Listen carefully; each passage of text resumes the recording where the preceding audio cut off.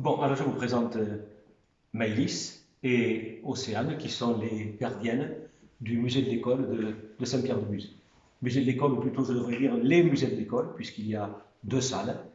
Il y a une salle qui rappelle l'école Guizot, fondée d'après des lois de 1833, et ensuite ce que nous appelons, là où nous sommes ici, la salle Jules Ferry, qui est fondée un petit peu après les lois Jules Ferry, qui sont dans les années 1880 et quelques, mais cette école ne s'est faite qu'en 1902.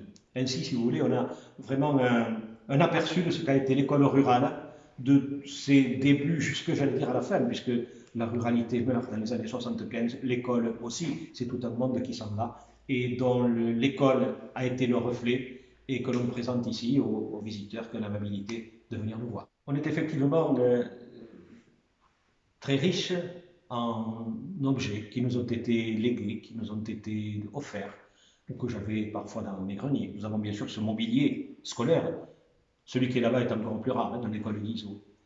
Nous avons, puisque vous êtes en train de me filmer, on peut parler aussi du matériel, si j'ose dire, audiovisuel que vous avez ici, notamment un appareil de projection cinématographique absolument hallucinant, puisque ce ne sont pas, les films sont représentés comme des bobines de machine à coudre, et on tourne à la main.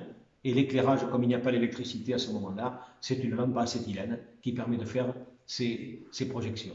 Je suis assez fier aussi de ces panneaux contre l'alcoolisme que nous avons, qui sont destinés à faire peur aux enfants, pour éviter, pour les inciter à parler à leurs parents, de façon à ce que ceux-ci arrêtent de boire, ne boivent pas trop. Alors, on montre des images qui correspondent un petit peu à ce qu'on voit maintenant pour le tabac, sur les paquets de tabac. Il s'agit de faire peur, hein, pour que les enfants transmettent le message à leurs parents.